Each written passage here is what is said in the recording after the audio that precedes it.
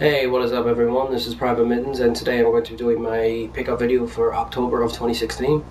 Sorry I didn't get the chance to make a video saying Happy Halloween to everyone and all that there, but I've just been busy and also I just wanted to relax for Halloween. So yeah, I personally just watched the Evil Dead movies for Halloween. I haven't seen them in a while.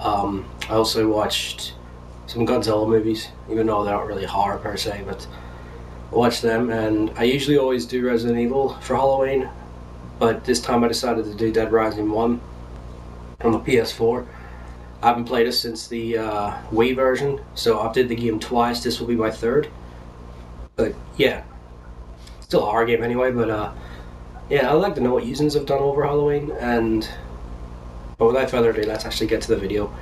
It's not much stuff here, so it shouldn't take too long, but let's get started. First off, we have two movies, which one is Ratchet and Clank, which I do not like this movie. I told Devil not to actually watch this. He hasn't seen it yet. I might do a review on it, even though it's not a game per se, but there's a lot of things I want to say about this, but that was $20. Next, the only other movie we have here, which is Warcraft: The Beginning.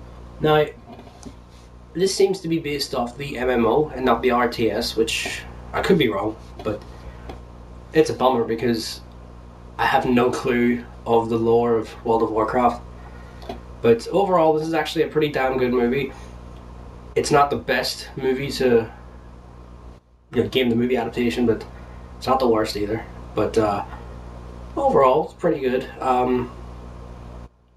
Yeah, that's all I can say. That was $30. That was $10 more than Ratchet and Clank because it comes with the digital version as well. It's the cheapest version. Other than that, it would have been a collector's edition. But next we have the 3 PlayStation 4 games. Battlefield 1. I'm not going to talk about it. I've said what I've said on the video. This was $60. Up next we have The Elder Scrolls V Skyrim. I don't want to stick this on yet because I will lose a lot of hours of my life again like I did with the first. But this was $58 brand new, so really happy it was cheap and I didn't try and flog it for so much money. And the last one is, this is one sealed, The World of Final Fantasy. This was also $58, which was in Target for a deal. But I really like the demo of this. If you haven't tried the demo, please go and try it because it's really good and it'll tie you over until 15 comes out. Well, that's $58, as I said. Up next we have 3 Super Nintendo games, which were all I got a deal for. First we have a Japanese game, Final Fantasy V. This was $20. I've played this before on PlayStation 1, but I wanted a cart version. Even though it's Japanese, I don't mind. That was $20. Next we have Final Fantasy IV. Same as the 5. I've played this before on, I think the DS I played this one on. $20, I got it for. Don't mind, I wanted it on cart. And last, we have the English version of Mario Paint. This cost me $10, which I'm really happy because I have played this game before in Devil's House. He had the mouse though. I haven't played it with a controller, but I actually did like this game. It's fun, especially if it's $10. I'm not gonna mind. But up next we have 2 PSP games. We have Outrun 2. I'm just gonna call it because it's what I'm used to. I've played all the versions of this game except for the PC version. I had the Xbox and the PS2, and I wanted to do the PSP version. Like, this cost me $15. PSP version is fantastic. I mean, wow. What they, like, when you look at the back of it, it doesn't give it justice of how it really does look. It runs at 60 frames on a PSP and it's full 720. And it's probably one of the nicest looking games on the system. In fact, it probably is the best looking racing game next to the Wipeouts.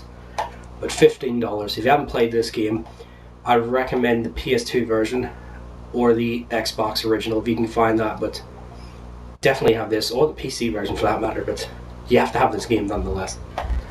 $15, I think I said that anyway. The other one, I have played this before. I've completed it before and I have my old PSP. It's Ratchet & Clank Size Matters. I've played every Ratchet & Clank, including Secret Agent Clank. The only PSP platform that I really didn't get to play that was the big ones was the Jak and Daxter Frontier, I think it's called. But I played this when I had it, loved it. Not the best Ratchet & Clank, but for the first PSP Ratchet & Clank, you can't really complain, to be fair. It's not done by Insomniac anyway, but yeah, it's $10. Can't complain too much. We have one Wii U game. Kirby and the Rainbow Paintbrush. Yeah, Paintbrush. This one, it cost me like $30 or something. I don't remember this one very well because I bought this at the start of the month. Sorry about this, guys. Nope. It had to be the last one, didn't it? This was $30, so that's actually pretty cheap. This was brand new out of Target, so because I don't do pre-owned games. Haven't played it. Heard it's alright, but yeah. Next, for the last four, we have Xbox One games. Up first, we have Quantum Break, which is the one that comes with Alan Wake and its DLC. Well, I got Alan Wake anyway, but this was $40 brand new. I'm really happy it was that cheap because I've heard some mixed things about it. $40, haven't played it, I will get around to it. This I wanted. $50 brand new for Rare Replay. I bought this for the Banjo, Conquer, and a few other games like, you know, Perfect Dark and Grandmother Goalies. I actually like that game. Although, why isn't Conquer's Live and Reloaded on this? I think it should have been there because it's still its own standalone game, and whether or not you liked it or not, it still should be there. I mean, you can't sit there and say it doesn't deserve to be there when fucking Banjo-Kazooie Balls and Bollocks is there. That's nuts and bolts what I call it, by the way. $50, really happy about that. Let me get the last two games. We have Forza Horizon 2. I haven't played it, but I've heard it's fantastic. This was $38. This was pre-owned though, it wasn't brand new. There's not a mark on the disc anyway, but yeah. And last for the video, we have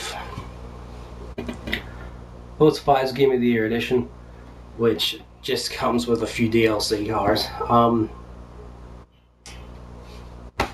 I've played this, I've completed it, I've put over 60 odd hours into this game.